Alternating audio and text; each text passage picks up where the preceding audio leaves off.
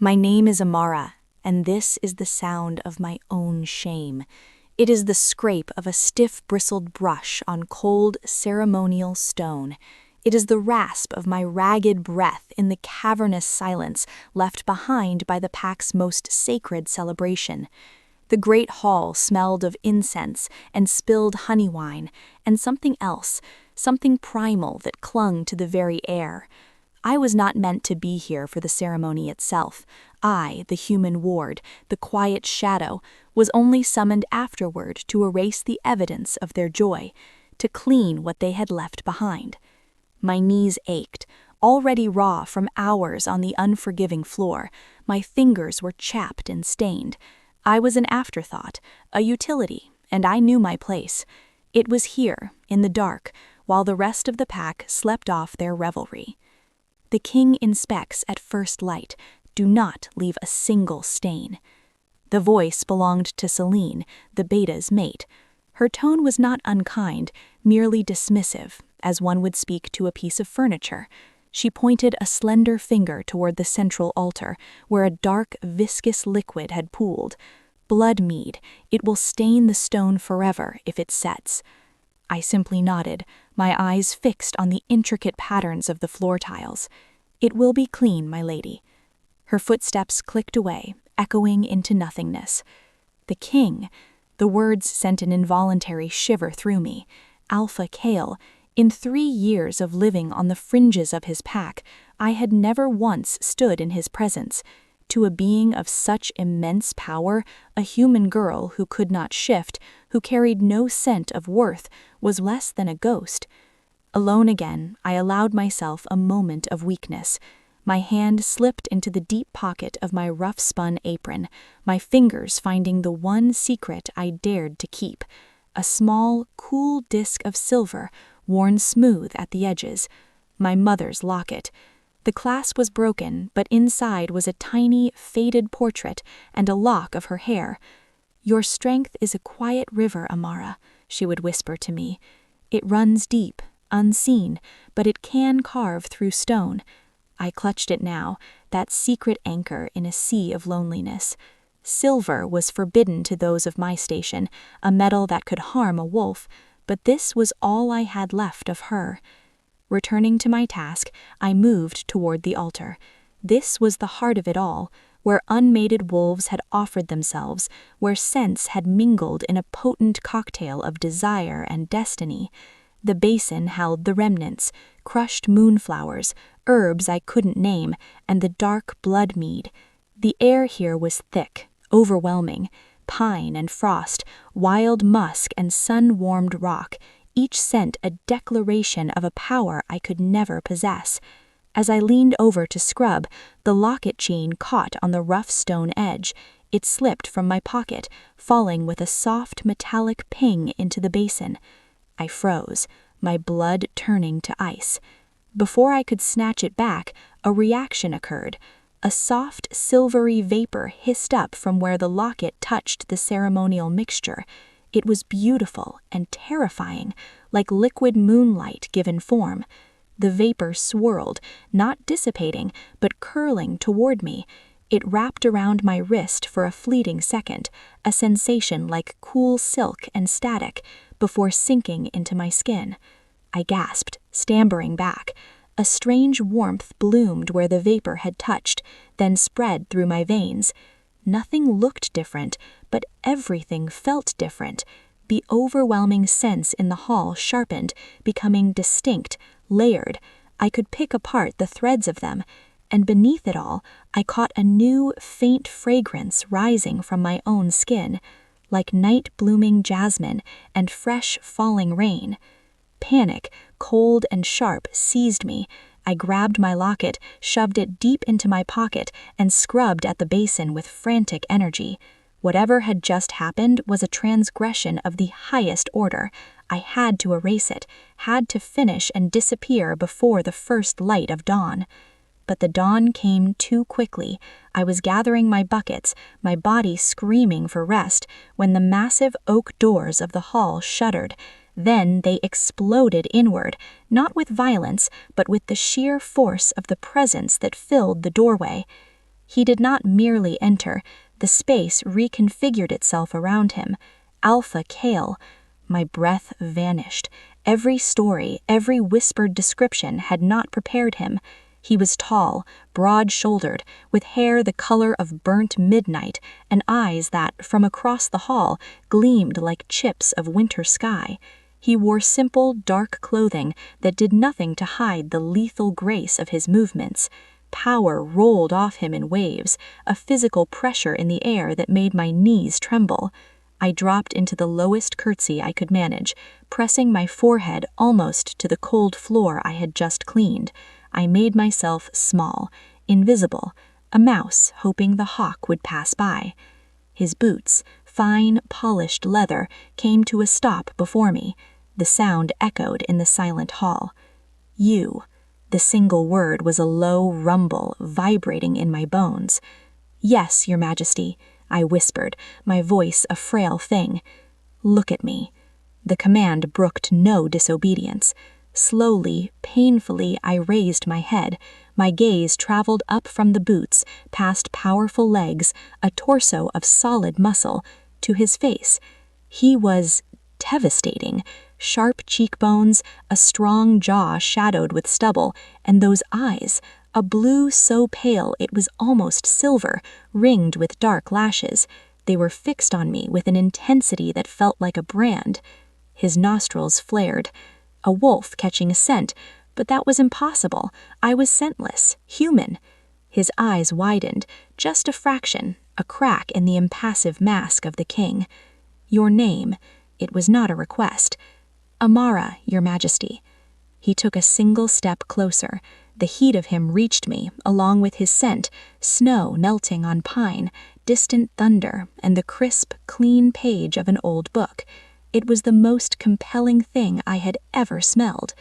You cleaned the altar. Terror closed my throat. He knew. He had to know. Yes, Your Majesty, as instructed. Another step. Now he was near enough to touch. The energy around him crackled, and I saw the pupils in those winter blue eyes expand, the silver ringing them glowing brighter. How long have you been in my pack? 3 years, sire. My voice was a thread. And in all that time, he leaned in, his head tilting as he drew a long, deliberate breath near the side of my neck. A tremor racked my body, part terror, part something else entirely, a shocking, unwelcome spark of heat low in my belly. You have never been presented, never been scented. I am human, sire. We do not partake. Human, he repeated, the word sounding strange on his tongue. His hand shot out, not to strike, but to encircle my wrist. His touch was electric, sending a jolt through my entire system. His fingers were warm, his grip firm, but not painful. His eyes locked on mine, and in their depths a storm was brewing. You are not just human. He inhaled again, his nose almost brushing my skin. Your scent, it has changed, it is awakening. I could only stare, bewildered. I don't understand. The ceremony, he growled, his gaze dropping to the pocket where my locket lay heavy. What did you touch? What did you do? The truth spilled out, compelled by the power in his voice. My locket, it fell into the basin. There was silver smoke. His grip tightened. Show me. With trembling fingers, I pulled out the simple silver disc. He took it, holding it up. His face went utterly still. The crest of the Lunas, he breathed, his voice thick with something like reverence and shock. The line was extinguished, wiped out. He looked from the locket to my face, his expression undergoing a rapid, terrifying transformation, disbelief, calculation, dawning hunger. He released my wrist as if burned, taking a full step back. Finish here, he commanded, his voice once more the impersonal whip of royalty. He turned to leave, then paused at the doors, looking back over his shoulder. The look in his eyes pinned me to the spot. Go to your quarters. Speak of this to no one, Amara. His final words were soft, but they carried the weight of a mountain. The doors thudded shut, leaving me alone in the vast, silent hall. The king's scent hung in the air. My skin still tingled where he had touched me. I looked down at my raw hands, at the clean floor, at the ordinary bucket at my feet. Nothing was ordinary anymore. The Alpha King had seen me, he had scented me, and with a few words he had pulled me from the shadows into a light I did not understand and could possibly not be ready for. The walk back to the servants' quarters was a blur. The stone corridors, usually so familiar, felt like a labyrinth from a dream. Every shadow seemed to hold watching eyes. Every echo sounded like a footfall behind me. "You are Pack." The words repeated in my head, a mantra that made no sense. I was human. I was a ward, a cleaner, a ghost. Pack was for wolves. My small room was a relief, a familiar cell with a narrow cot, a washstand, and a single window looking out over the kitchen gardens. I leaned against the closed door, my heart still drumming a frantic rhythm against my ribs. I pulled out the locket, turning it over in my palm. The silver felt warmer than usual, or perhaps that was my imagination. The simple floral engraving on the back, I had always thought it just a pattern. Could it be this crest of the Lunas? A soft knock at the door nearly made me jump out of my skin. It wasn't the sharp rap of a superior. This was tentative. "Amara, it's Alara." The voice belonged to one of the few friends I had, a young wolf in training who worked in the kitchens. She was kind, her status only slightly above my own. I shoved the locket under my pillow and opened the door a crack. Alara's freckled face peered in, her tawny eyes wide with concern. "Are you all right? I heard you were cleaning the ceremony hall all night, and then rumors are flying." My blood ran cold. "Rumors?" She slipped inside, closing the door quietly. "Someone said they saw the Alpha himself heading that way at dawn, and then that he spoke to a servant. Was it you?" The king's warning echoed, "Speak of this to no one." But this was Alara, and the fear was too big to hold alone. He came to inspect. He asked about the cleaning." A half-truth felt like sawdust in my mouth. Alara studied my face, her wolf-sharp senses missing nothing. "You're shaking, and you smell different." I hugged my arms around myself. I'm just tired, and the incense in the hall was overpowering. She didn't look convinced, but she nodded, patting my arm. "Get some rest, but be careful, Alara. When the Alpha takes notice, it's not always a good thing. His world is not meant for people like us." She left, her words settling over me like a shroud. She was right. The world of alphas, of power plays and ancient crests, was a dangerous sky, and I was a ground-dwelling creature. I meant to rest, but sleep was impossible. Every time I closed my eyes, I saw those winter blue eyes, felt the electric grip on my wrist. I smelled pine and thunder. Finally, as the sun climbed higher, another knock came. This one was authoritative. I opened the door to find a stern-faced wolf I recognized as Corvin, one of the king's personal guards. He was tall and grim, his bearing all rigid discipline. "Corvin, you are to come with me." "Where?" The question slipped out, braver than I felt. "The Alpha commands your presence in his private library, now." There was no refusing. I followed him through the pack house, but this time we did not take the servants' passages. We walked through the main hallways, where polished wood replaced stone, and tapestries depicting great hunts and battles lined the walls. Wolves I had only ever glimpsed at from a distance, turned to stare. Their whispers were like the rustle of dry leaves. I kept my eyes on Corvin's back, my cheeks burning. The private library was in the oldest wing of the house. Corvin opened a heavy, iron-bound door and gestured me inside without a word. The room stole my breath.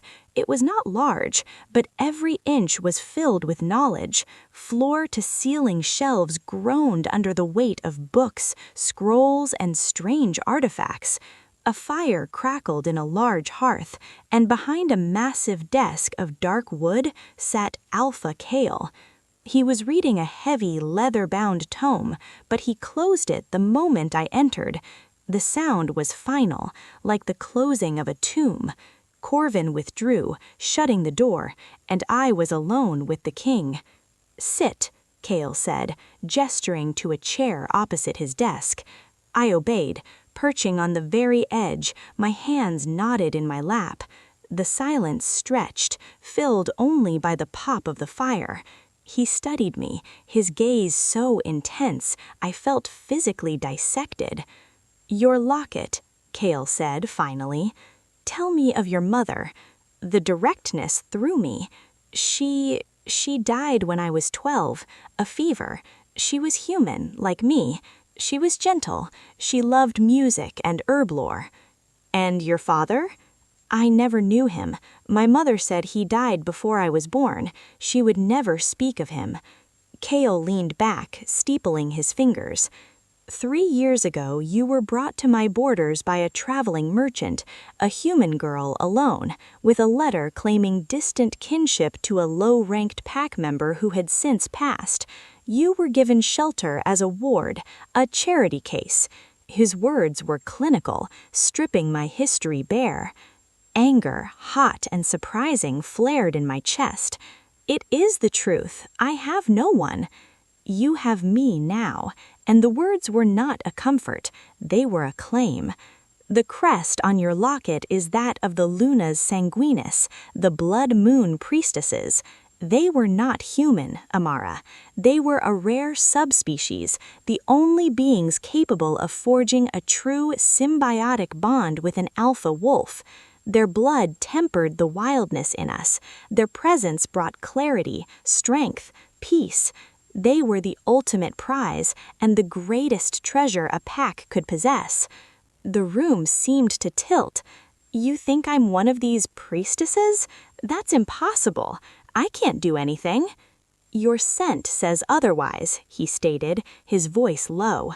"For 3 years you carried the faint, dormant trace of it, masked by your human aura.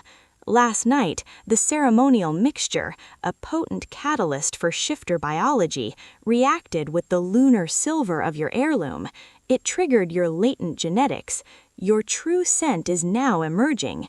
Jasmine, rain, night air." He stood and came around the desk, leaning against it, looming over me.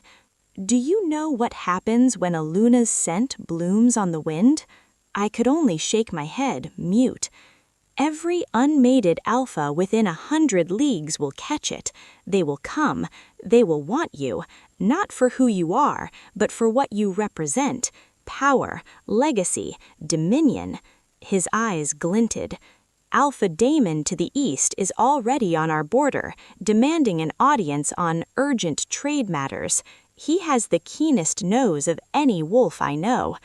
The fear was back, a cold serpent coiling in my gut. What do I do? "You stay here. You learn. You let me protect you." He crouched down suddenly, bringing himself to my eye level. The proximity was shocking. "The bond between an alpha and a Luna is profound. It begins as an instinct, a pull. I felt it the moment your awakened scent hit me in the hall." "Is that why you're helping me? Because of this pull?" His gaze was unwavering. "I am helping you because you are now the most vulnerable and valuable member of my pack, and because—" He paused, as if choosing his words with great care. "The pull is not one-sided, Amara. Your blood recognizes mine, whether you consciously feel it or not. That is why you didn't faint from fear in the hall. That is why you can meet my eyes now." I realized he was right. The terror was there, a live wire in my chest, but beneath it was a strange, steadying current, a recognition. His nearness was overwhelming, but it did not make me want to flee. It made me want to understand. A frantic knock shattered the moment. Corvin's voice came through the door, tense. "My king, Alpha Daemon has arrived at the gates. He is insistent." Kale's expression hardened into that of the warrior king. He stood, all trace of the confessor gone. "Stay in this room. Do not leave. Corvin will be outside the door." He moved to leave, then turned, his hand brushing my shoulder, a brief, searing contact. "Trust no one but me. Your life may depend on it." He was gone, the door closing with a heavy thud. I heard the key turn in the lock. I was a prisoner in a library of secrets, the scent of a storm king lingering around me, while another storm named Daemon hammered at the gates. My quiet river of strength felt very small indeed, faced with the tidal wave that was coming. Time in the locked library lost all meaning. The only markers were the slow crawl of sunlight across the patterned rug and the distant, muffled sounds of the pack house stirring to life, a life that now felt galaxies away from my own. I tried to read, pulling a random, dusty volume from a shelf. The script was an archaic form of the shifter tongue, full of angular symbols that spoke of old laws and older battles. I couldn't decipher it, but holding it made me feel closer to the truth of this world I'd been thrust into. My world now, apparently. My fingers drifted back to my locket, now on its chain around my neck, hidden beneath my dress. The silver felt different, not just warm, but almost resonant, as if it held a tiny, sleeping heartbeat of its own. Luna Sanguinis, blood moon. The words were beautiful and terrifying. My mother, with her gentle hands and her soft songs, a priestess of some forgotten, powerful line? It was as plausible as the moon being made of cheese. Yet the evidence was in my own veins, that strange new scent rising from my skin, jasmine and rain, was undeniable. I lifted my wrist, inhaling cautiously. It was there, subtle but distinct, cutting through the familiar smells of old paper and wood smoke. It was my scent, but it belonged to someone else, someone important. A different kind of smell suddenly threaded under the door. Rich, spiced meat, fresh bread. My stomach growled, a painfully normal sound in the midst of the surreal.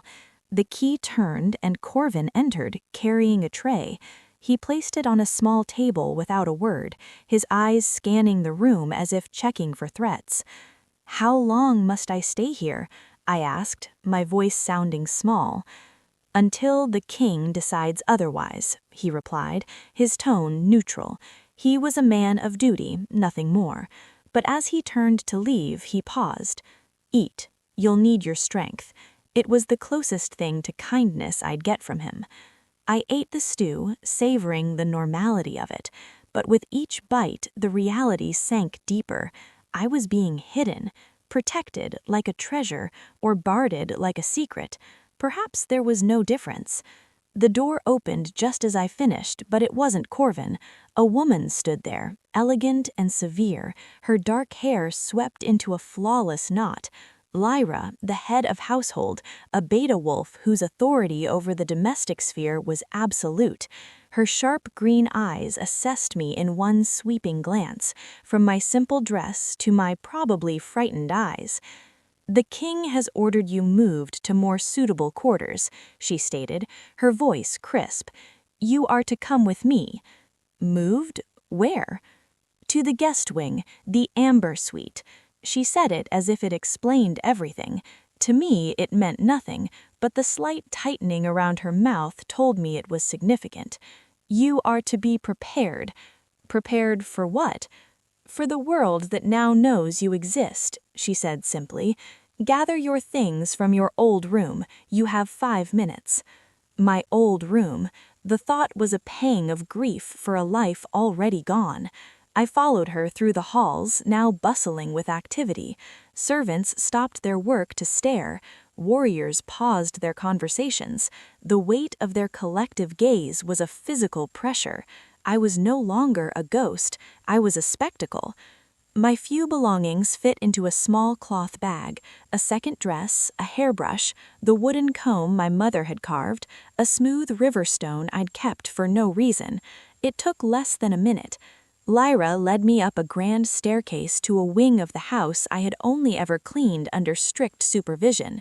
The Amber Suite was not a room, it was a small apartment, a sitting area with plush chairs and a large window overlooking the forest, a separate bedroom with a bed wide enough for 3 of me, and a private washing chamber with actual running water.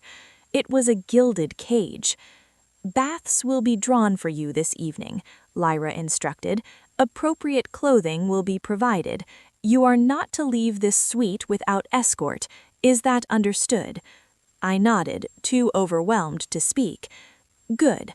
At the door, she turned. "A word of advice, girl. The attention of an alpha is a double-edged sword. It elevates, but it also exposes. Be wise, and be careful who you trust." Then she was gone, locking the door behind her. I stood in the center of the lavish sitting room, hugging my meager bag, feeling more displaced than ever. The entire day passed in a strange, suspended animation. Servants came with food, with towels, with an armful of beautiful dresses in soft silks and wools that felt alien against my work-roughened skin.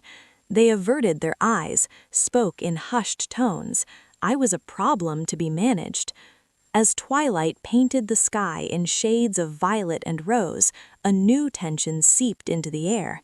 It started as a prickle on the back of my neck, a restlessness in my blood. I went to the window, pressing my forehead against the cool glass.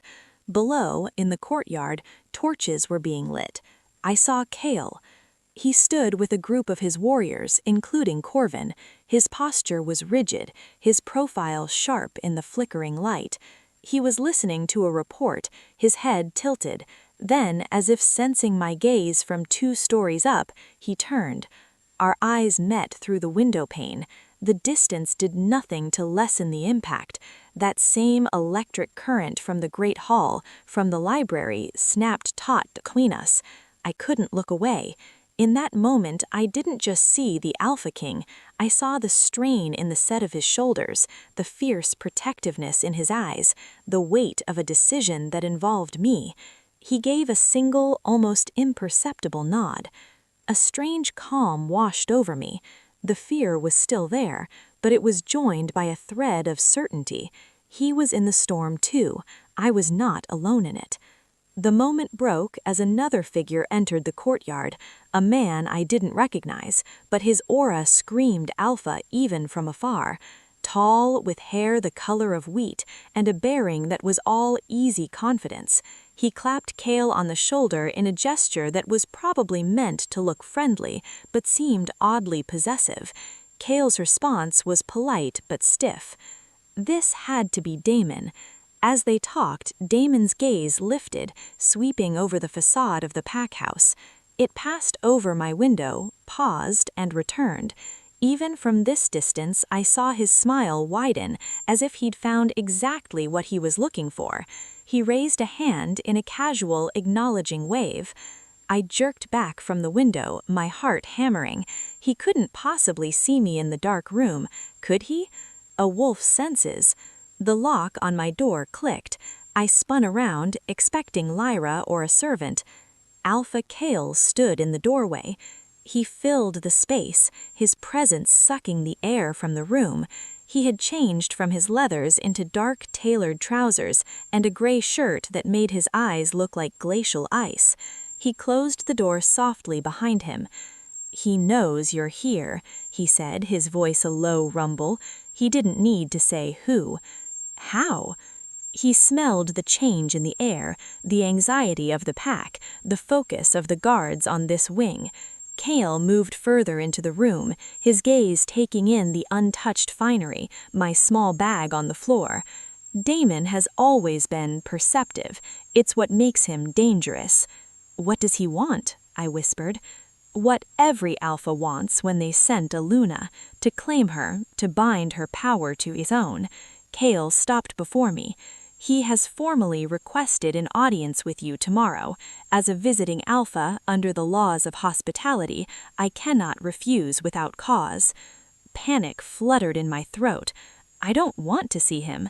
You must, his voice was firm, but you will not be alone. I will be there, and you will learn your first lesson tonight. Lesson? Control. He held out his hand, palm up, not a command, but an offering. Your abilities are awakening, Amara. They are tied to emotion, to scent, to the lunar energy you carry. Right now, they are a tempest inside you, reacting to every fear, every spark. You must learn to steer the storm. Hesitantly, I placed my hand in his. The instant contact was electric. That warmth, that sense of rightness flooded me again, stronger now. Beneath it, I could feel the raw, turbulent power of him, a contained hurricane. Close your eyes, he instructed, his voice dropping to a mesmerizing cadence. Don't think of calming the storm. Think of becoming the eye of it, the still, silent center. I tried. I focused on the feel of his hand, warm and sure around mine. I breathed in his scent of pine and thunder, using it as an anchor. I thought of my mother's river, running deep and quiet. Good, he murmured, and I felt a pulse of approval through our connected hands. Now, your own power. Feel it rising from your core. It is not fear, it is not confusion. It is you, it is light, it is clarity. It was there, a swirling silver-bright energy in my chest, restless and untamed. I imagined gathering it, not to suppress it, but to hold it gently, like cupping water in my palms. When you meet Damon, the morning arrived not with sunlight, but with a thick woolen blanket of fog that smothered the forest and pressed against my window. It felt like the world was holding its breath. Lyra came with 2 attendants, their arms full of clothing. The dress they chose for me was a deep twilight blue, simple in cut, but made of a silk so fine it whispered as I moved. It felt like wearing a piece of the sky. They braided my hair in an intricate style that left it draped over one shoulder, and for the first time, I didn't recognize the girl in the looking glass. She looked regal. She looked like someone who belonged in an alpha's world. Remember, Lyra said, her voice low as she fastened a delicate silver chain around my neck, not my locket, which stayed hidden, but a simple, pretty thing. You are a guest of honor. You owe Damon nothing but polite courtesy. Let the Alpha King guide the conversation. A guard I didn't know, stern and silent, escorted me to the sunroom, a formal receiving chamber with walls of windows that today showed only swirling gray mist. Kale was already there, standing before the cold fireplace.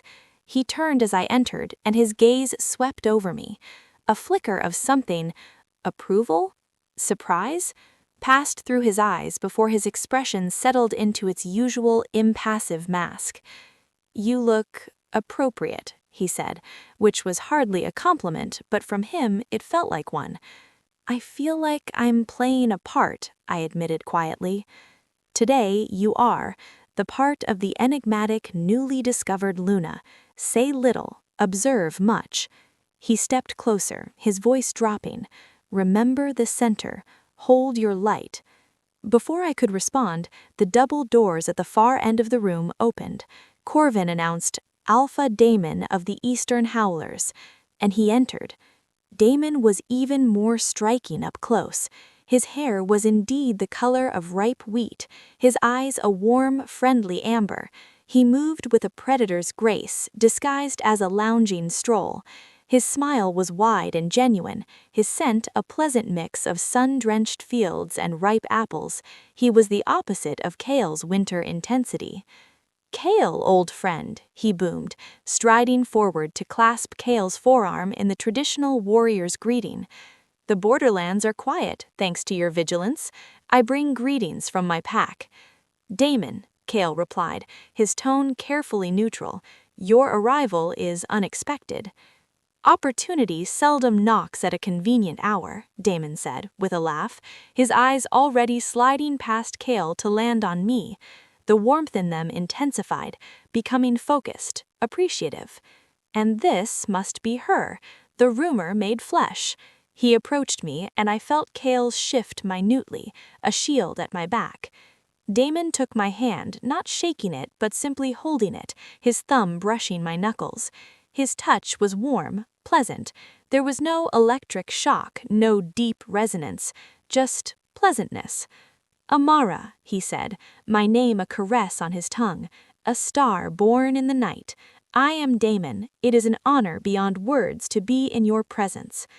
Thank you, Alpha Damon, I said, remembering to curtsy slightly, my voice thankfully steady. I held my center, as Kale had taught. I let my own calm energy radiate, a gentle, invisible shield. Damon's nostrils flared subtly as he inhaled near me.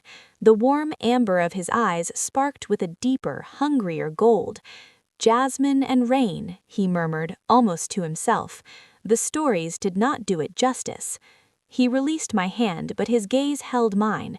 You must be overwhelmed, little star, to discover such a destiny so suddenly. It has been a revelation, I said carefully. He chuckled, a rich, inviting sound. I can only imagine. Please, sit. Let us talk. He guided me toward a group of chairs, his manner effortlessly charming. Kale followed, taking the seat to my immediate right, a silent, watchful sentinel. Damon took the seat opposite, leaning forward, his expression of open fascination.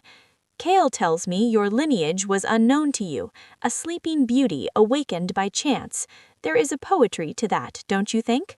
That such power could slumber in plain sight. My mother never spoke of it. A mother's love often seeks to protect, even from truth. But the truth is your birthright, Amara. The Lunas were guides, healers, the sacred balance to the Alpha's primal strength. With a Luna at her side, an Alpha did not just rule, he shepherded, he built legacies of peace that lasted generations.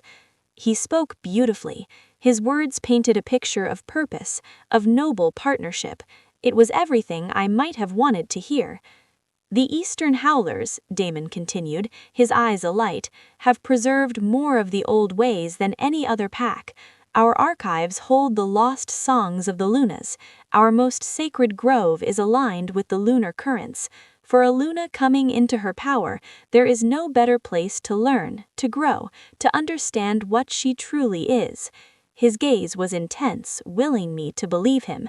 I could offer you that, not just protection, but a home where your gift is understood and revered. It was a compelling offer, a home, understanding. It tugged at the lonely, confused part of my soul. I felt Kale's energy beside me, a low, steady thrum of tension, but he said nothing. He was letting me listen, letting me feel. And I did feel. As Damon spoke of reverence and understanding, I pushed my senses outward, past his charming words and pleasant scent. I sought the truth beneath, as Kale had instructed, and I found it. Beneath the sun-warmed fields and ripe apples, there was a different undercurrent, the faint metallic tang of ambition, the dry, cold scent of stone, unyielding, calculating stone. His energy wasn't just offering, it was claiming. It didn't seek to partner, it sought to possess, to add my power to his treasury. The friendliness was a brilliant mask, but the eyes, when he thought I wasn't looking, they gleamed with a strategic's cold assessment. Your offer is generous, Alpha Damon, I said, keeping my voice even. The history of the Lunas is something I am only beginning to explore. Then let me be your guide, he said, spreading his hands. Visit the Eastern Reach, see our archives, walk our groves. No commitment, simply an education.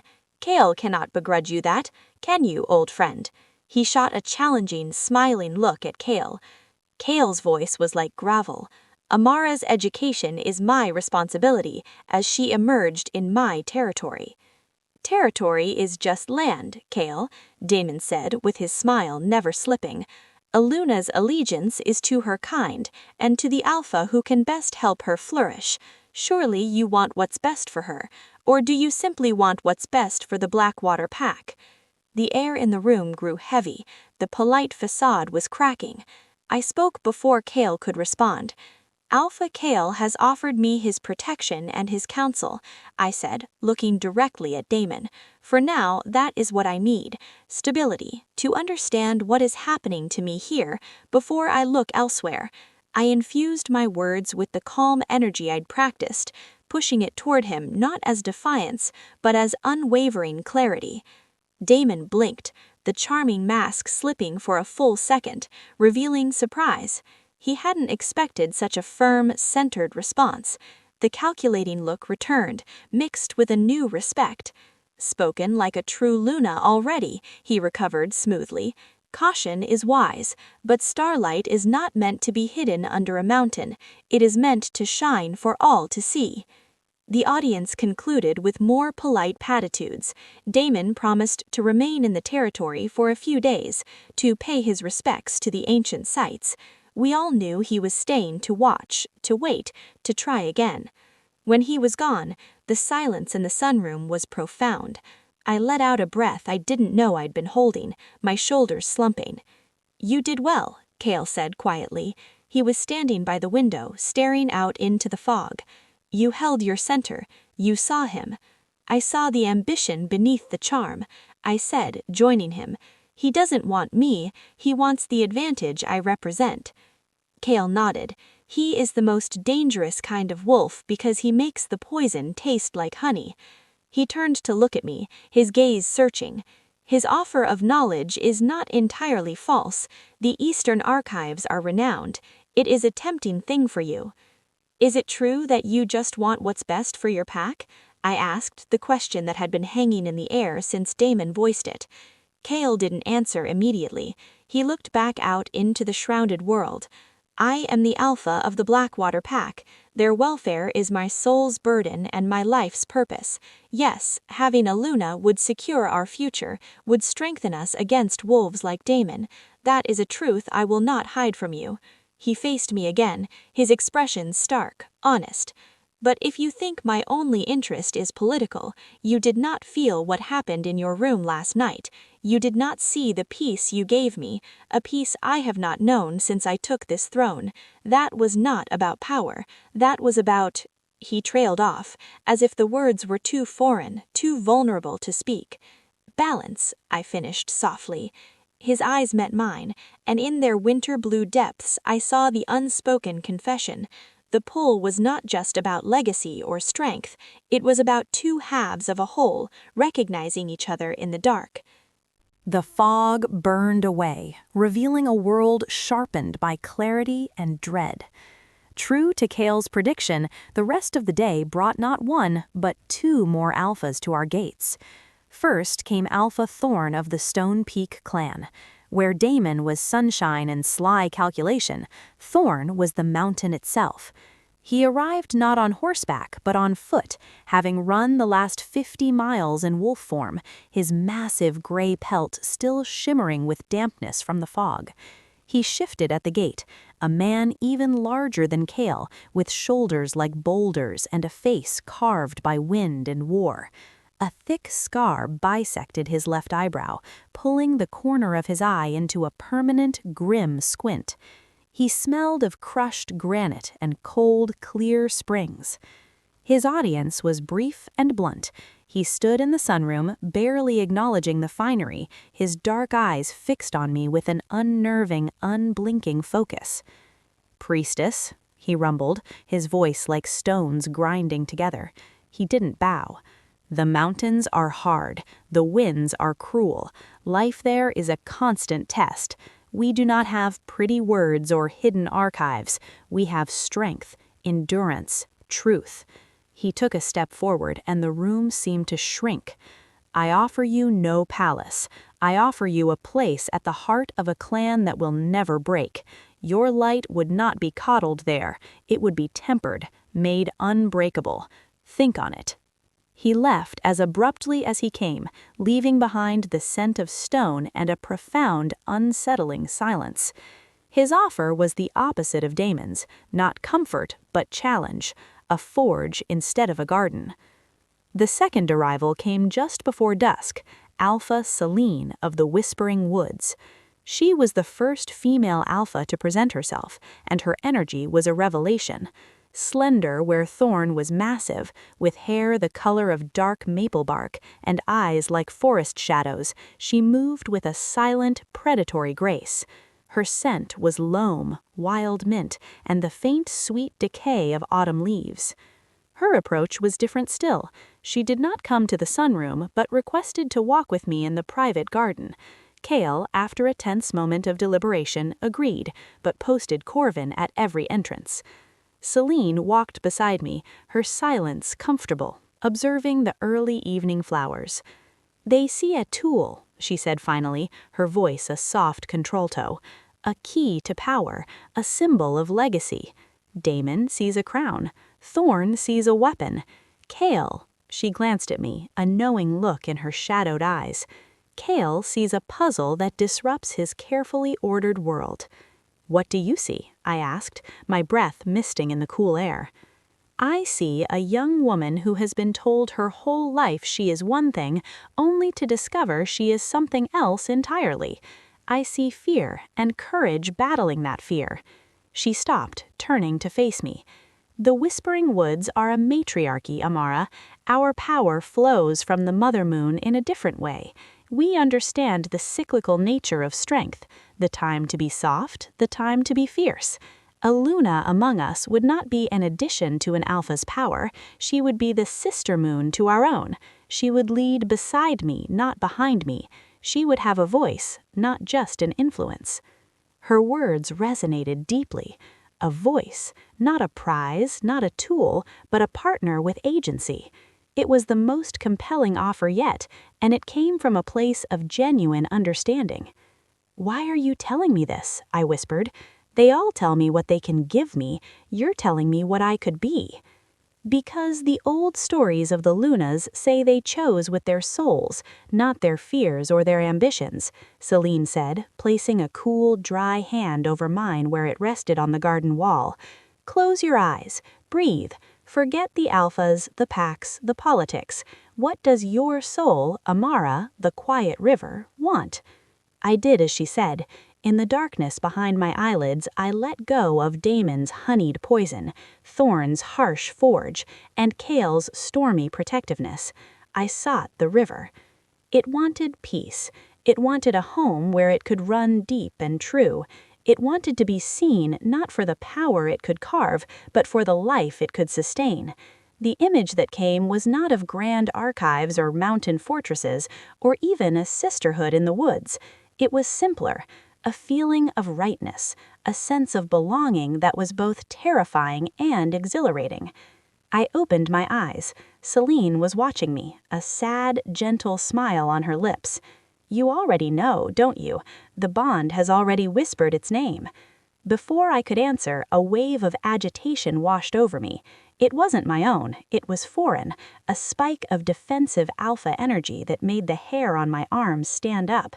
It came from the direction of the house. Selene felt it too.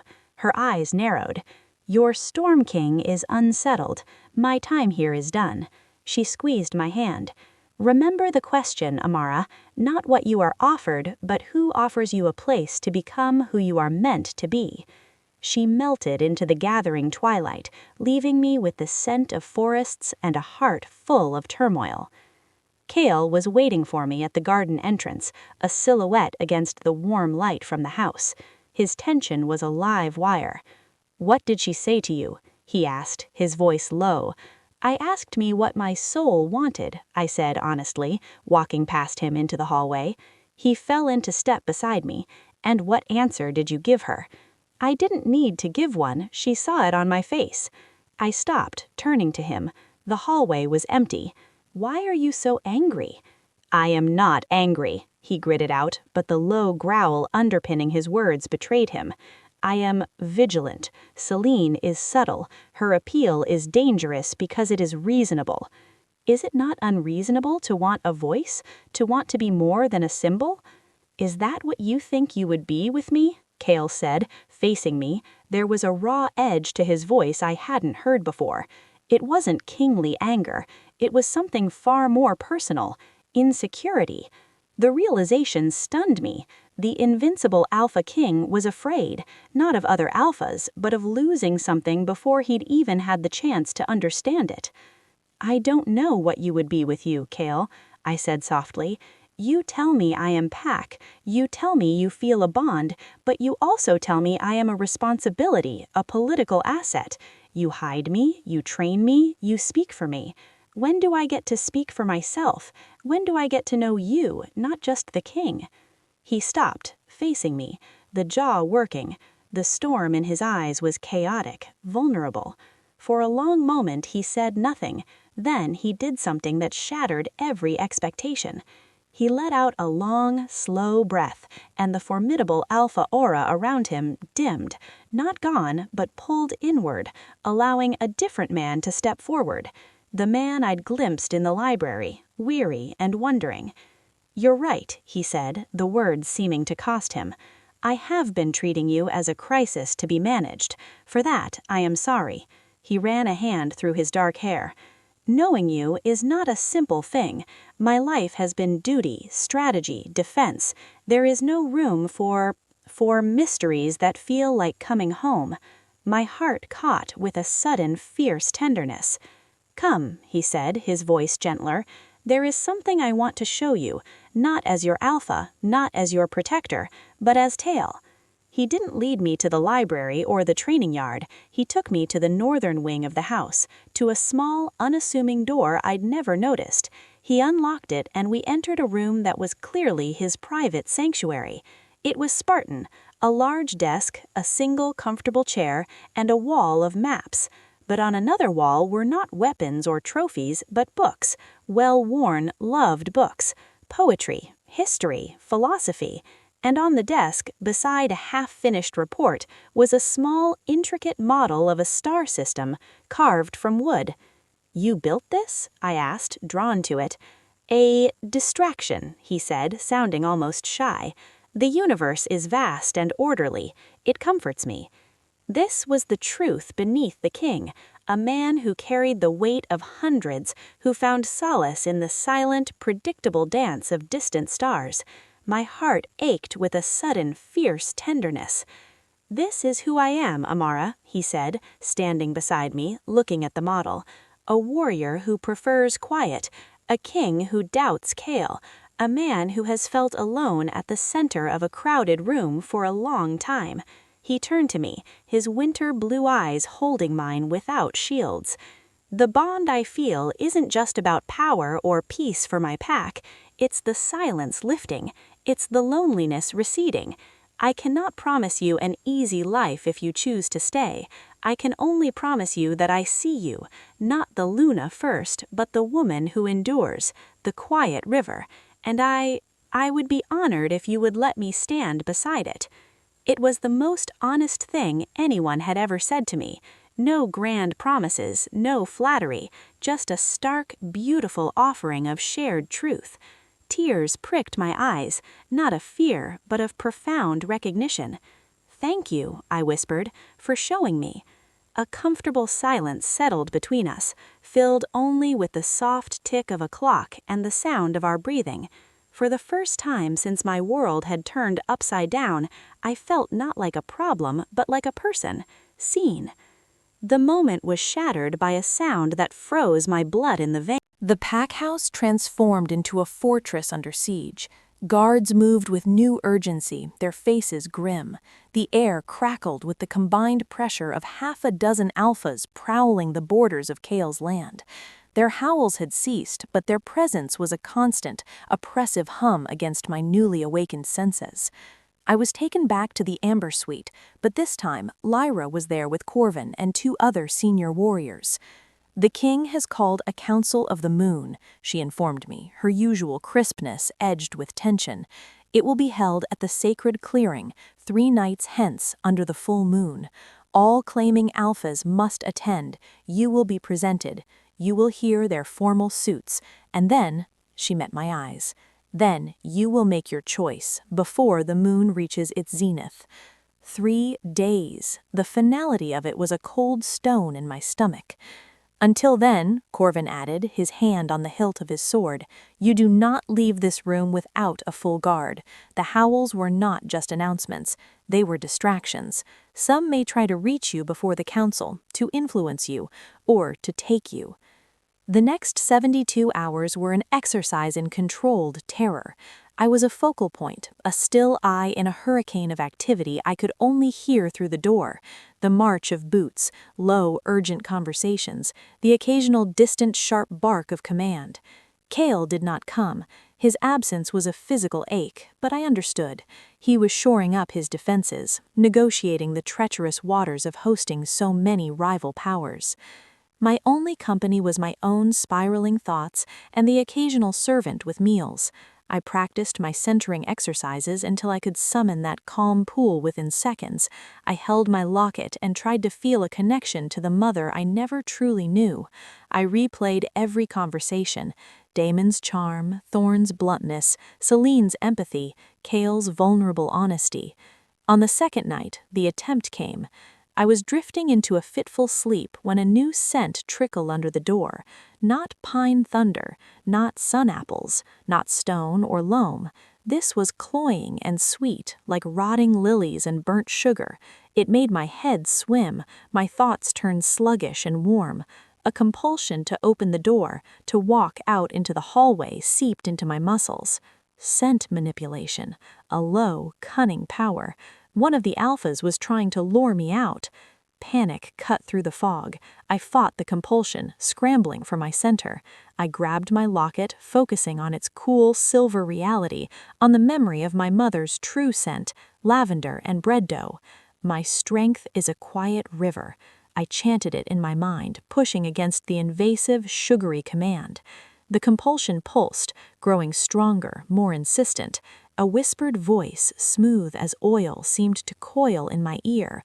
Come, little star, the night is beautiful. I have so much to show you.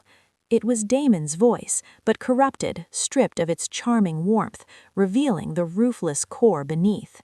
I clutched the locket so hard the edges bit into my palm. I didn't just seek calm this time. I sought light. I pictured the silver vapor from the altar, the cool, cleansing moonlight. I pushed that image, that feeling, out from my core in a silent, defiant wave.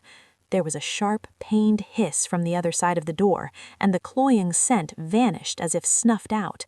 The oil-smooth voice cut off with a grunt of surprise. Footsteps, swift and angry, retreated down the hall. I slumped against the bedpost, trembling, sweat cooling on my skin. I had defended myself, not with force, but with my own innate power. The realization was intoxicating and terrifying. They weren't just coming with words anymore. The following morning, a small, folded square of parchment was slipped under my door with my breakfast tray. It was not sealed. Inside, in a bold, slashing script, were 2 words, "Well fought." It was not signed. It didn't need to be. The voice from last night was answer enough. Damon knew I'd resisted him, and he was acknowledging it, treating it as the opening move in a game. The respect in those words was more frightening than any threat. Later that day, a different kind of message arrived. A young, nervous kitchen maid brought an extra basket of herbs for the fire. Nestled among the lavender and sage was a rough, gray river stone, still damp from the water. It was identical to the one I kept in my old room, the one I'd found in the stream as a child. No note accompanied it. Thorne.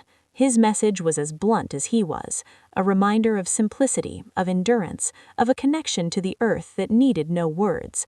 It was an offer of a different kind of strength. There was nothing from Celine. Her silence felt like respect for the process, for the sacredness of the coming council. And Kale. His message came at dusk, not as an object, but as a sound.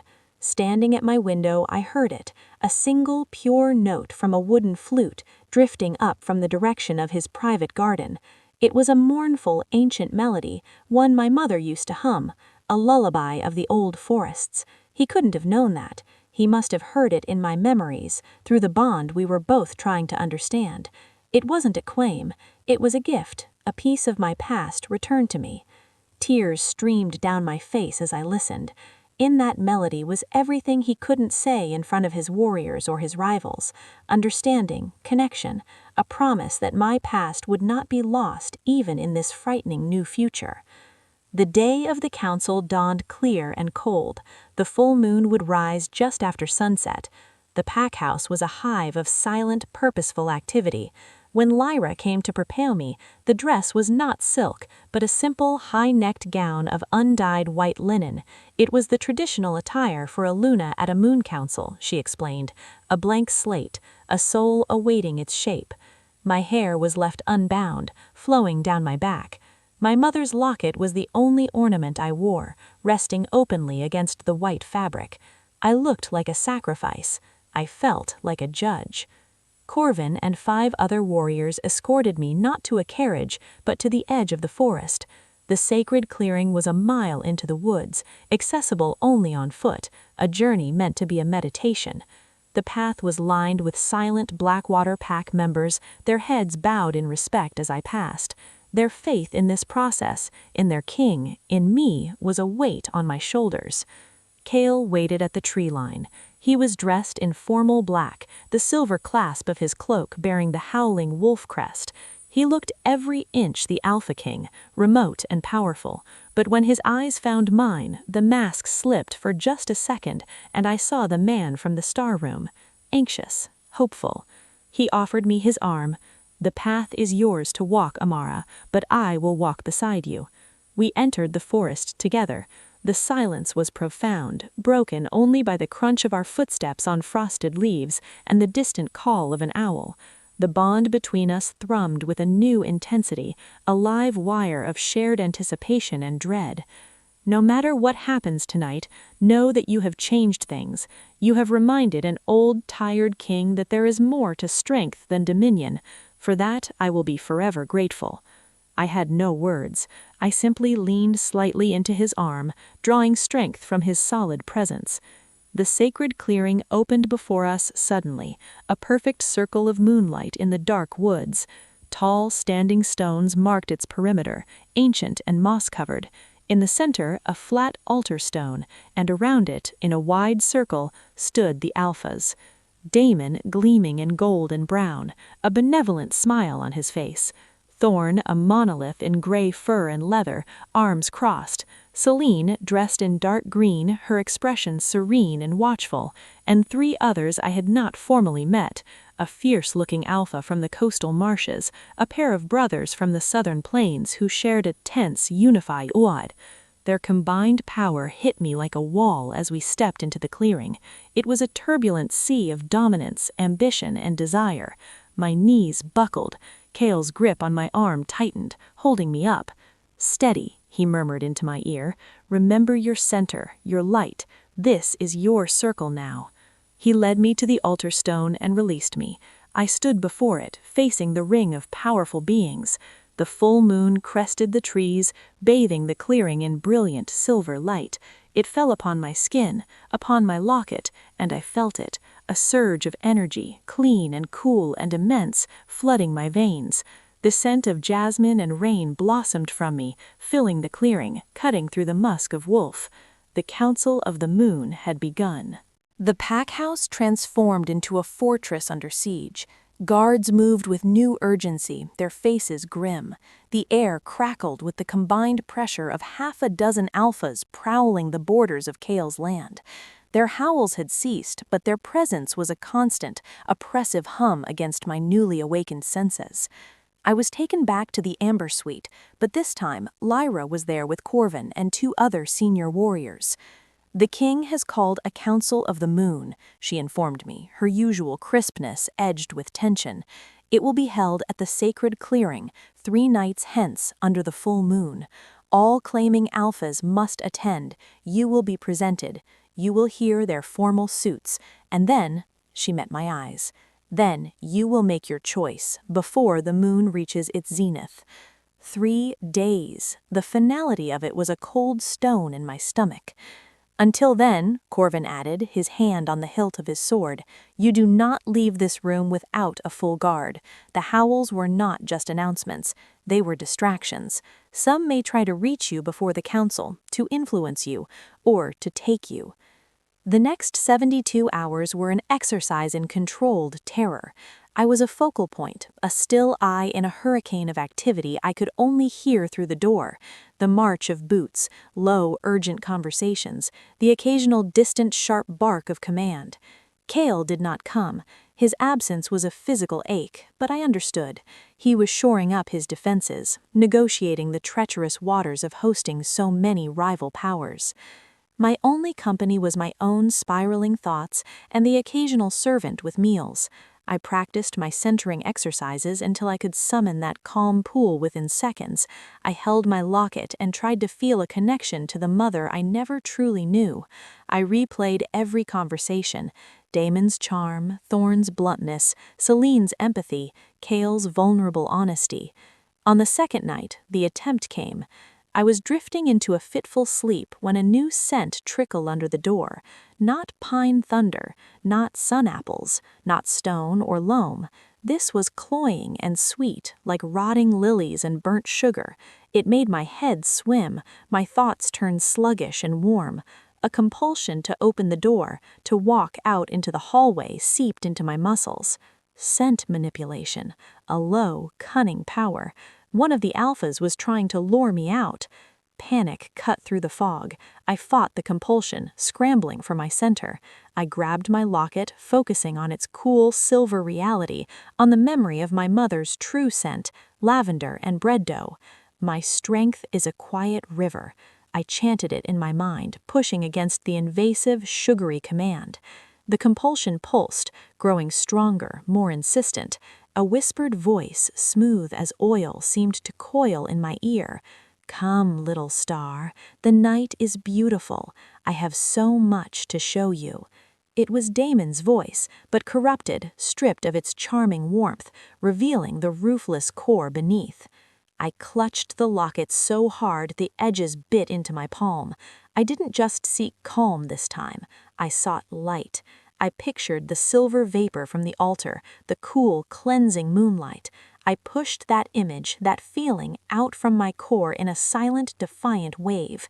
There was a sharp, pained hiss from the other side of the door, and the cloying scent vanished as if snuffed out. The oil-smooth voice cut off with a grunt of surprise. Footsteps, swift and angry, retreated down the hall. I slumped against the bedpost, trembling, sweat cooling on my skin. I had defended myself, not with force, but with my own innate power. The realization was intoxicating and terrifying. They weren't just coming with words anymore. The following morning, a small, folded square of parchment was slipped under my door with my breakfast tray. It was not sealed. Inside, in a bold, slashing script, were 2 words: "Well fought." It was not signed. It didn't need to be. The voice from last night was answer enough. Damon knew I'd resisted him, and he was acknowledging it, treating it as the opening move in a game. The respect in those words was more frightening than any threat. Later that day, a different kind of message arrived. A young, nervous kitchen maid brought an extra basket of herbs for the fire. Nestled among the lavender and sage was a rough, gray river stone, still damp from the water. It was identical to the one I kept in my old room, the one I'd found in the stream as a child. No note accompanied it. Thorne. His message was as blunt as he was, a reminder of simplicity, of endurance, of a connection to the earth that needed no words. It was an offer of a different kind of strength. There was nothing from Celine. Her silence felt like respect for the process, for the sacredness of the coming council.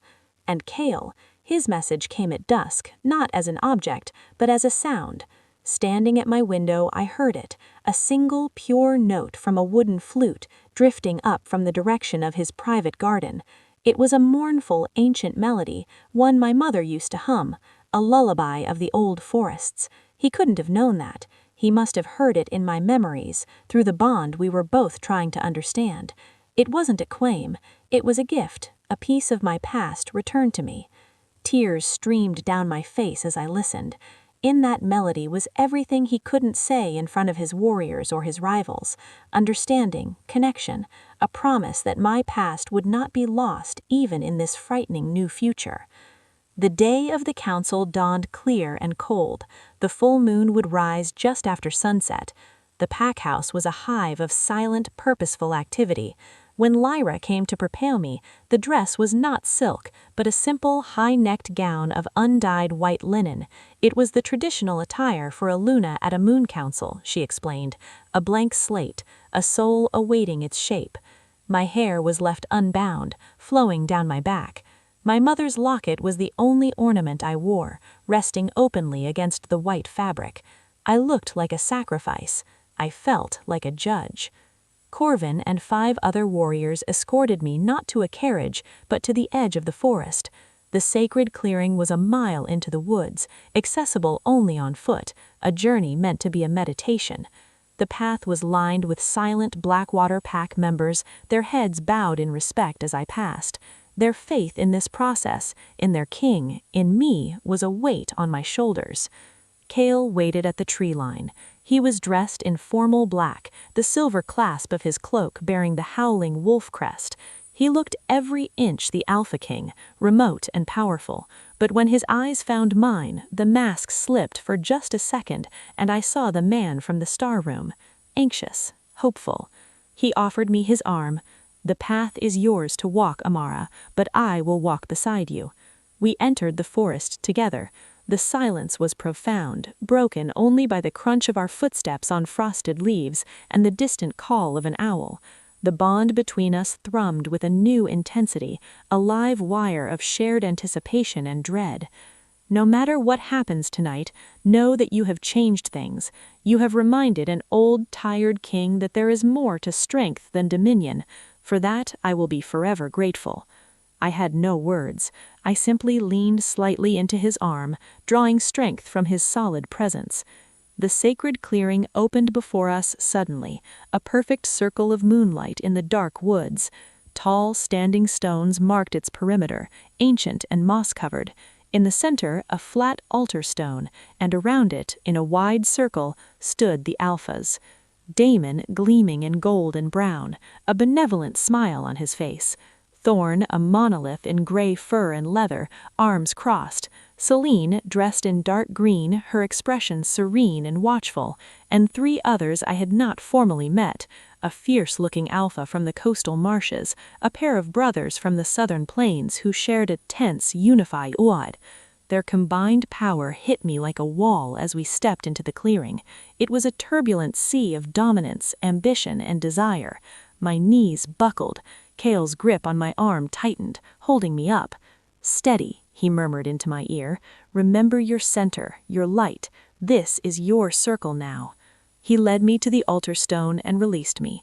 I stood before it, facing the ring of powerful beings. The full moon crested the trees, bathing the clearing in brilliant silver light. It fell upon my skin, upon my locket, and I felt it, a surge of energy, clean and cool and immense, flooding my veins. The scent of jasmine and rain blossomed from me, filling the clearing, cutting through the musk of wolf. The Council of the Moon had begun. The moonlight didn't just illuminate the clearing, it charged it. The silver beams seemed to thicken the air, making every scent sharper, every breath more significant. The lunar energy sang in my blood, a resonant chord that had been waiting a lifetime to be struck. My fear didn't vanish, but it was transformed, woven into the fabric of this ancient ritual. I was no longer just Amara, the scared cleaner. Here, under the full moon, I was the focal point, the silent question to which each alpha would now give their answer. An elder from the Blackwater Pack, a wizened wolf with hair white as the moon, stepped forward. His voice was thin but carried with practiced authority. "By stone and star, by blood and bond, we gather under the mother moon. A Luna Sanguinis has awakened. The circle is open. Let the suits be heard." He looked to Kale first. By right of territory and first discovery, the host alpha spoke first. Kale stepped forward but not into the center. He stood beside me, turning to face the circle of his peers and rivals. He did not look at them. His winter blue eyes were only for me, lit from within by the lunar glow. "Amara," he began, his voice clear and stripped of all royal pretense. "I could speak of my pack's strength, of our history, of the security I can provide. Others will, and they are not lies, but they are not the truth that matters here tonight." He took a slow breath, and the clearing was so quiet I could hear the rustle of a leaf 100 yards away. "The truth is, you arrived in my life as a quiet mystery, and you have become its most compelling question. You have asked to know the man beneath the king. He is here, a man who finds chaos easier to command than peace, a man who saw in your quiet strength a reflection of the steadiness he has always sought for his people." He took a single step closer, his scent of pine and thunder wrapping around me, not as a claim but as an offering. "I cannot promise you a simple life. My path is one of duty and often of conflict, but I can promise you this. I will never ask you to be anything other than what you are. Your river will not be diverted to serve my purposes. It will be protected, its banks guarded, so it may run true and deep. I offer you not a crown but a place where you can be both the gentle human girl who loves her mother's lullabies and the powerful Luna who can quiet the storm in an alpha's soul. Stay, build that place with me." His words were not a grand romantic declaration. They were a blueprint, an honest, vulnerable map of a possible future, with all its difficulties laid bare. It was the most real thing I had ever heard. Tears tracked silently down my cheeks, but I did not look away from his earnest, moonlit face. The elder nodded, and Kale stepped back to his position in the circle, his gaze finally swept over the others, a silent challenge in his eyes. Alpha Daemon was next. He flowed into the center space with his customary grace, his amber eyes warm and captivating in the silver light. He bowed elegantly to me. "Dear Amara, a star plucked from obscurity and placed among, well, let us be honest, among rough mountains and stormy forests." He gave a charming, self-deprecating smile that drew a few murmured chuckles from his small retinue. "You have seen a glimpse of my home, but let me paint the full picture for you. Imagine libraries where the very walls breathe the knowledge of your ancestors, gardens cultivated for centuries to enhance lunar magic, a pack that doesn't just tolerate your gift, but is structured around venerating it. You would be the heart of a living tradition, not an anomaly in a warrior culture." He spread his hands, his voice dropping to an intimate, persuasive register. "With me, you would not need to find your place. Your place is already carved in stone, waiting for you to fill it with your light. I offer you not just protection, but purpose, a defined, glorious purpose as the restored heart of the Luna legacy. Come to the east, be the queen our stories have promised for generations." It was a magnificent offer, seductive in its certainty, the promise of a ready-made identity, of a life where every question had an ancient answer. I could see the appeal, a lifeline to a drowning soul. But as he spoke, I pushed my senses out. Beneath the honeyed words and the scent of sun apples, the metallic tang of ambition was stronger than ever. He wasn't offering me a throne, he was offering me a beautifully gilded cage in a museum of his own making. My purpose would be to validate his legacy. I gave him a polite, neutral nod, the same one I'd given in the sunroom. A flicker of irritation crossed his face before the charming mask snapped back into place. Alpha Thorn moved next, his heavy tread shaking the ground. He didn't bother with the center, he simply faced me from where he stood, his arms still crossed over his barrel chest. "Words are wind," he grunted, his scarred face impassive. "Daemon offers you a library, Kale offers you a project." His dark eyes bored at me. "I offer you a truth. The world is not safe, it is not soft. Power that is not tested is useless. In the mountains, you would learn what your light is truly made of. You would stand on cliffs in howling blizzards and find the calm within. You would heal wounds earned in honest battle, not political gains. You would be strong, not sheltered. He uncrossed his arms, his hands flexing into fists. I offer you a forge. What you become in its fire would be entirely, unforgettably your own. His suit was as unadorned and solid as he was. It rejected everything the others valued: comfort, history, romance. It offered pure, uncompromising strength. For a moment, I was tempted. To never feel weak or afraid again, it was a powerful lure. Then Alpha Selene glided forward. She didn't speak immediately. She simply stood, allowing the moonlight to wash over her, and I felt her power, not a dominating force, but a deep-rooted, gathering energy, like the forest drawing breath. "The whispering woods hear a different song," she said, her voice the rustle of leaves. "We do not see a Luna as a missing piece to complete an Alpha's power. We see a sister spirit, a complementary melody." She looked at me, and her gaze was of pure recognition. "With us, you would not be a queen or a weapon or a project. You would be a voice. You would help lead, not through dominance, but through wisdom. You would learn the secrets of growth and decay, of giving and receiving. Your power would not be added to mine. It would dance with it, creating a harmony stronger than any single note." She smiled, a genuine, warm expression. "I offer you a chorus, Amara, and your own true voice within it." Her words resonated in the deepest part of my soul. It spoke to the lonely girl who'd never had a true friend, to the woman who yearned to be understood as an equal. It was freedom in its purest form. The other alphas presented their suits, promises of vast territories, of wealth, of strategic alliances. Their words blurred together, variations on the themes of power and possession. My mind and heart were too full of the first four. When the last alpha stepped back, the elders spoke again. "The suits have been heard. The Luna will now confer with the moon." This was the silent period, a space for me to be alone with my choice under the moon's gaze. The alphas and their retinues turned their backs, forming a wide outer circle facing the woods, giving me the illusion of privacy. Only the elder remained, a silent witness at the edge of the stones. I was alone in the center of the clearing, the altar stone at my back. The pressure of the decision was immense, a physical weight. I closed my eyes, seeking the quiet river, but the river was gone, replaced by a moonlit sea, churning with possibilities.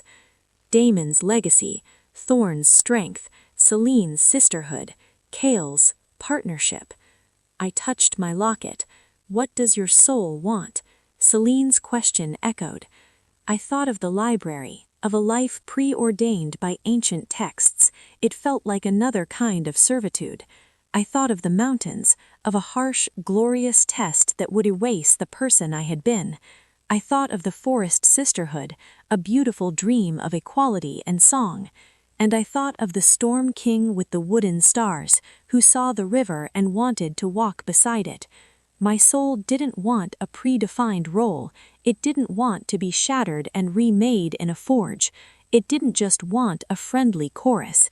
It wanted the complicated, terrifying, honest truth. It wanted the man who showed me his doubt. It wanted the challenge of building something new, not inheriting something old. It wanted the bond that felt like a silent conversation, a recognition that had begun in a dusty hall over a scrub brush. The moon reached its zenith, a perfect silver coin at the peak of the sky. Its light felt like a cool hand on my brow. I knew. I opened my eyes. I am ready. The alphas turned as one. The air tightened, crackling with anticipation, anxiety, and in some cases, simmering aggression. The elder looked at me. "The moon has witnessed. Speak your choice, Luna Sanguinis." The underbelly of the pack house was a stone gullet, dark, damp, and reeking of earth and old mortar. I ran, my bare feet slapping on the cold flags, the ragged hem of my nightdress catching on rough edges. Panic was a live wire in my chest, but the bond was my lodestar. I could feel Kale's location, a steady, fierce pulse of energy to the northeast, near the ancient standing stones. He was alive. He was waiting. The imposter's lie had been a blade aimed at my heart, but it had only severed my last tether to caution. I burst out of a low, arched door into the pre-dawn grayness, into the kitchen gardens.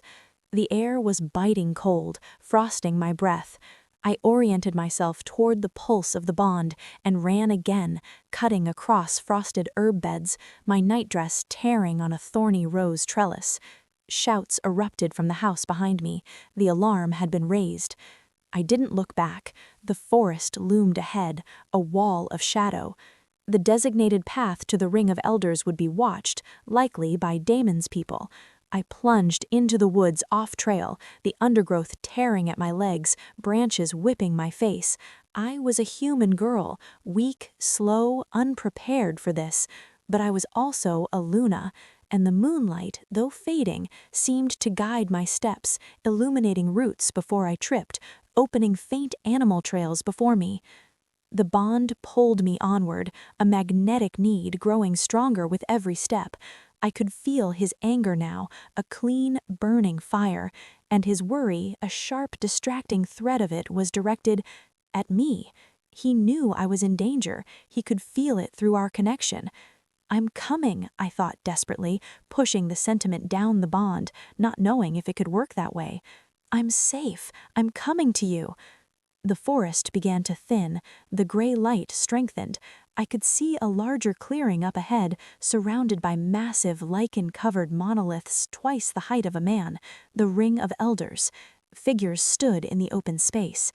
I slowed, creeping to the edge of the tree line, my heart hammering against my ribs. They stood in the center of the stone circle, Kale and Damon. Both were shirtless despite the cold, their breath pluming in the air. They faced each other, maybe 20 feet apart. Kale's broad back was a landscape of taut muscle and old, silvery scars. Damon, leaner, looked no less deadly, a coiled spring of predatory grace. The air between them vibrated with barely contained violence. Around the perimeter, in the shadow of the stones, stood the witnesses, the elder, Corvin, and a contingent of Blackwater warriors, Damon's small, tense retinue, and the other visiting alphas, Thorn, Celine, the rest, their faces unreadable. The elder's voice carried on the crisp air. "Challenge of dominance. Combat ceases when one yields or is unable to continue. The bond of the Luna Sanguinis is the prize. Begin." There was no signal. 1 second they were still, the next they were a blur of motion. It wasn't a brawl, it was a deadly dance. Damon moved first, feinting left before darting right with impossible speed, his hand aiming for a disabling strike at Kale's knee. Kale pivoted, not away but into the movement, catching Damon to wrist and using his momentum to throw him past. Damon twisted in midair, landing in a crouch, already grinning. It was a test. They circled. Damon was faster, his movements fluid and tricky. Kale was stronger, a bastion of solid power, each block and parry economical and devastatingly effective. They exchanged a series of blows that echoed in the clearing, the crack of fist on forearm, the thud of a kick deflected. No claws were bared, no fangs shown. This was alpha against alpha, will and skill. But I could see what others might not. Damon's grace was a mask. His real weapon was his mind. He was probing, testing Kale's defenses, looking for an opening not just in his guard, but in his focus. He began to talk, his voice a smooth ripple in the violent silence. "She's not here, Kale, your little Luna. My men reported complications at the pack house. A shame if her newfound light was snuffed out before it truly shone." A lie, a calculated one. I saw Kale's jaw clench, a fraction of a second's distraction. Damon surged forward, his fingers aimed like daggers at Kale's throat. Kale swayed back, the strike grazing his collarbone, drawing a thin line of blood. Rage, hot and protective, flared in me. Damon was fighting dirty, using psychological warfare. Kale's worry for me was a vulnerability Damon was exploiting. I couldn't just watch. I had to do something. But what? Shout? That would only distract Kale more. Then I remembered. The center. The calm. Not for me this time, for him. If our bond went both ways, maybe I could send more than just fear. I closed my eyes, right there in the bushes. I blocked out the sounds of combat, the cold, the fear. I found the quiet pool within me, the place of moonlight and jasmine. I focused on it, not to keep it for myself, but to push it down that silvery thread that connected my soul to his. I imagined it flowing toward him, a river of peace in the midst of the storm. I poured into it my certainty, my trust. I am here, I am safe, see only him. In the clearing, Kale faltered for a step, his head turning slightly, as if he'd heard a whisper. Damon saw the opening and lunged, a powerful strike aimed at Kale's temple. But Kale wasn't distracted anymore. He was focused. With a speed that belied his size, he dropped under the blow, coming up inside Damon's guard. His fist connected with Damon's solar plexus with a sound like a sack of grain being hit. Damon's breath exploded out of him. He staggered back, his face a mask of shock and pain. Kale didn't press the advantage immediately. He stood, his chest heaving, his eyes finding the tree line, finding me. He'd felt it, he'd heard me. Damon, wheezing, saw the glance. His eyes followed Kale's eyes, and they widened as they landed on my pale face in the shadows. Fury, pure and unadulterated, twisted his handsome features. His trap had failed.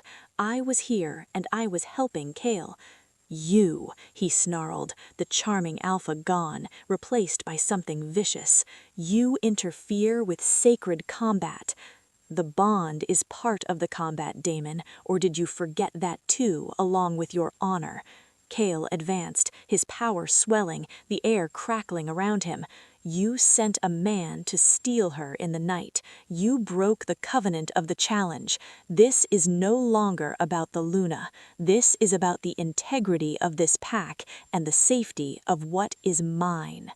The word mine wasn't possessive in the way Damon's was. It was protective, fierce, final. Damon knew the game had changed. He was wounded, his deception revealed before all the alphas. His chance to win through trickery was gone. Only raw power remained. With a roar of frustration, he shifted. It wasn't a full, gradual transformation. It was a violent eruption. Clothes tore as his body contorted, bones cracking and re-knitting with horrifying speed.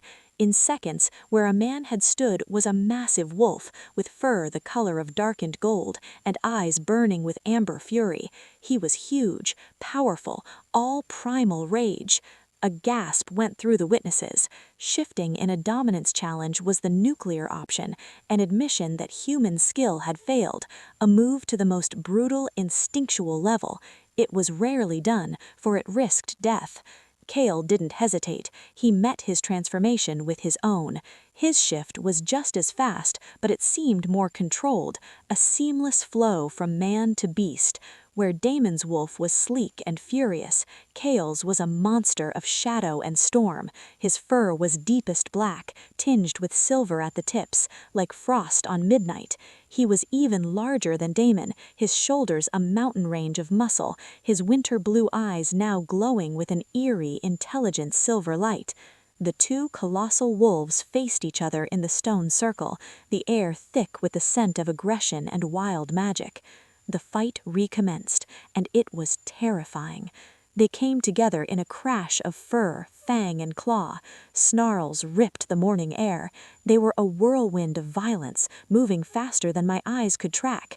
Damon was all speed and ferocity, darting in to slash with his claws before leaping back. Kale was power and strategy, taking blows to deliver more punishing ones, using his greater mass to slam Damon into the earth. I watched, paralyzed, my heart in my throat. I could feel every impact through the bond, an echo of pain, a surge of adrenaline, the fierce, unwavering will to win. I kept pushing my calm toward him, a steady stream of light against the darkness of the fight. Damon, enraged and desperate, broke away from a brutal lock of jaws. He turned, not towards Kale, but towards the tree line. Towards me. His amber eyes locked on mine, filled with a mad, final decision. If he couldn't have me, no one would. He charged. "No!" Kale's roar was human and wolf, a sound of pure terror. Time slowed. I saw the golden wolf barrel toward me, saw the saliva on his bared fangs, saw death in his eyes. I had no weapon, no time to run. Instinct took over. I raised my hands again, not with fury this time, but with a desperate, defiant refusal. The return to the pack house was a blur of sensation and surreality. Wrapped in Kale's cloak, held securely against him as he walked, I was aware of the stares, awe, curiosity, fear. The story was already spreading, morphing with each telling. The Luna who had faced down a charging alpha with a shield of pure light. I was taken not to the Amber Suite, but to the healing chambers. Kale refused to be treated until I was seen to, despite my protests that I was merely exhausted. The healer, a gentle older woman named Anya, clucked over the scratches and bruises from my flight through the woods, applied salves, and gave me a bitter, fortifying tea. Only when she was satisfied did she turn her attention to Kale's wounds, the claw marks on his shoulder, the blossoming bruises, the myriad of smaller cuts. I sat on a stool beside his cot, watching as she cleaned and stitched. He bore it without a sound, his eyes never leaving my face. The bond hummed between us, a contented, weary thrum, now that the immediate danger had passed. "You should rest," Anya said firmly to him when she finished. "Soon," he replied, his voice gravelly.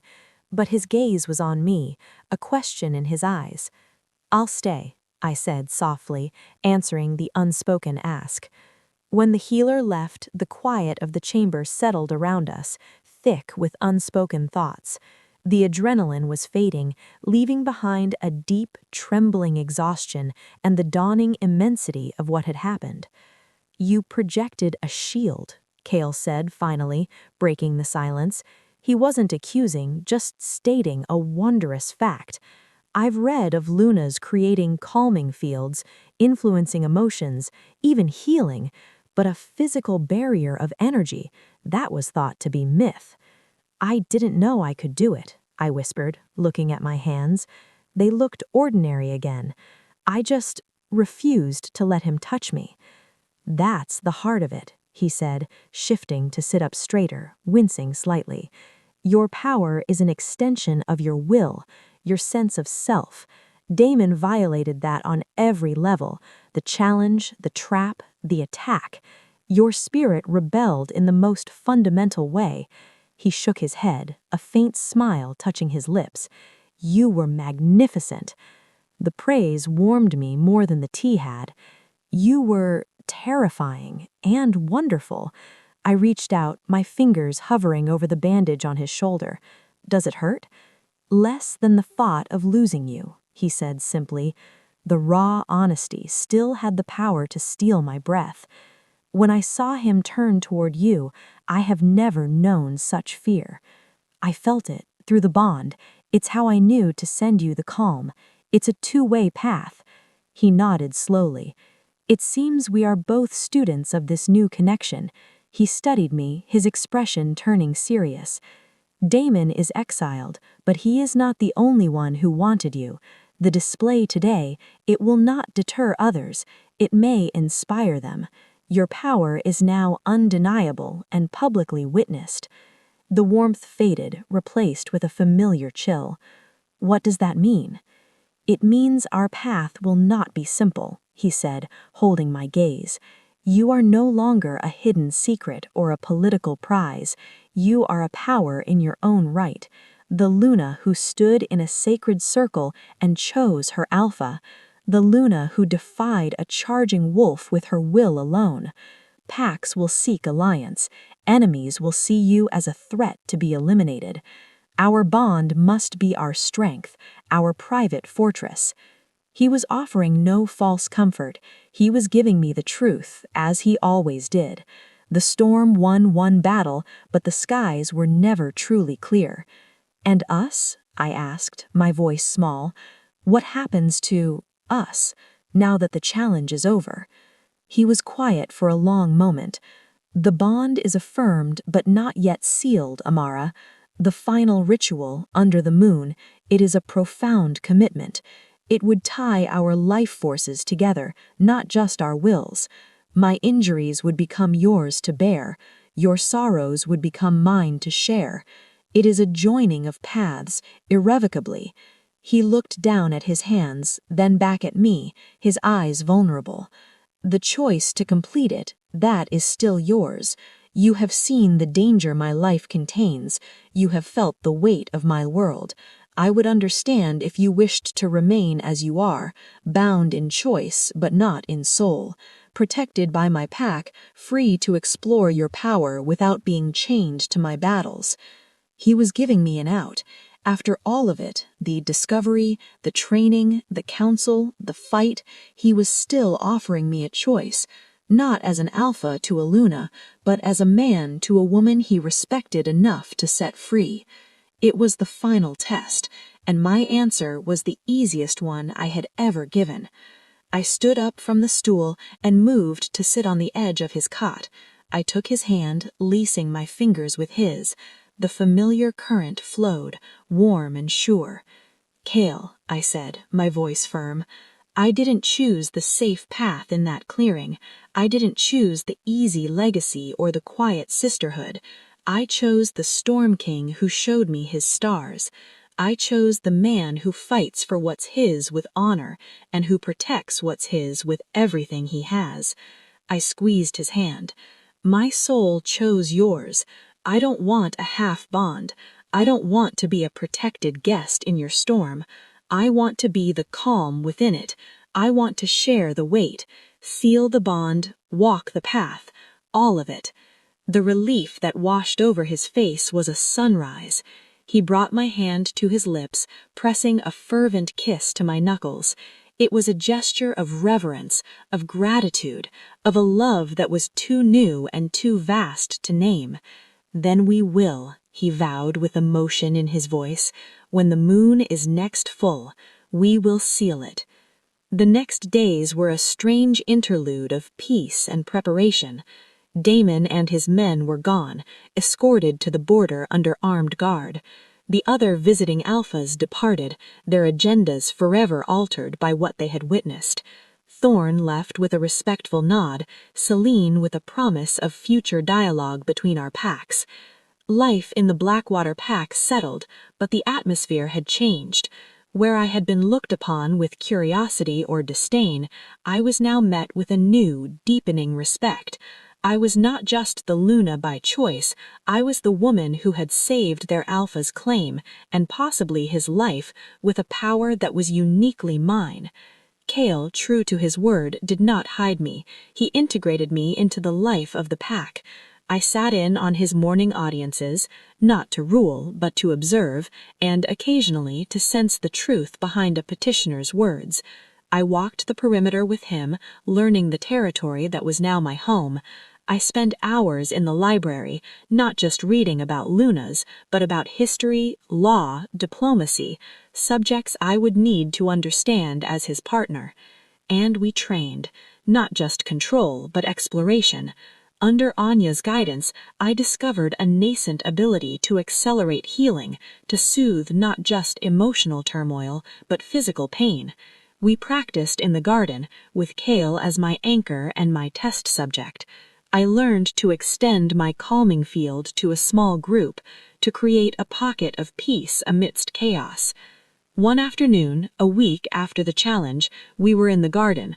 I was trying to project a sustained sense of safety and focus to a trio of young warriors in training who were practicing intricate fighting forms. Kale watched from a bench, a book open but unread, on his lap. I felt the moment my influence took hold. The boys' movements, previously slightly frantic and competitive, smoothed into a fluid, synchronized dance. Their expressions shifted from strain to focused calm. I held it for a full minute before releasing the energy, breathing heavily from the effort. The boys blinked, looking at each other in wonder, then at me with something like reverence. They bowed before jogging off, their discussion animated. "You're getting stronger," Cale observed, coming to stand beside me. "It's tiring," I admitted, wiping my brow. "Power always has a cost," he said. "The key is to make the cost worth the result. About you just turned a sparring match that could have ended in rivalry and injury into a lesson in unity. That is a king's work, Amara, or rather, a queen's." The title didn't scare me as it once would have. It felt like a responsibility I was slowly growing into. "Lyra is planning the sealing ceremony for the next full moon," he said, changing the subject. "It will be small, private, only the pack elders and our closest guards. It is not a spectacle for outsiders." "That sounds perfect," I said, relieved. The thought of another large formal gathering made my skin crawl. "There is one tradition," he said, his tone turning uncharacteristically hesitant. "The Luna provides an offering to the bond, something of her essence, tied to her human life, to be joined with the alphas in the ritual." I knew immediately. My hand went to my mother's locket. It was all I had of my human life, of the woman I was before. Letting it go, even symbolically, felt like a final, poignant goodbye.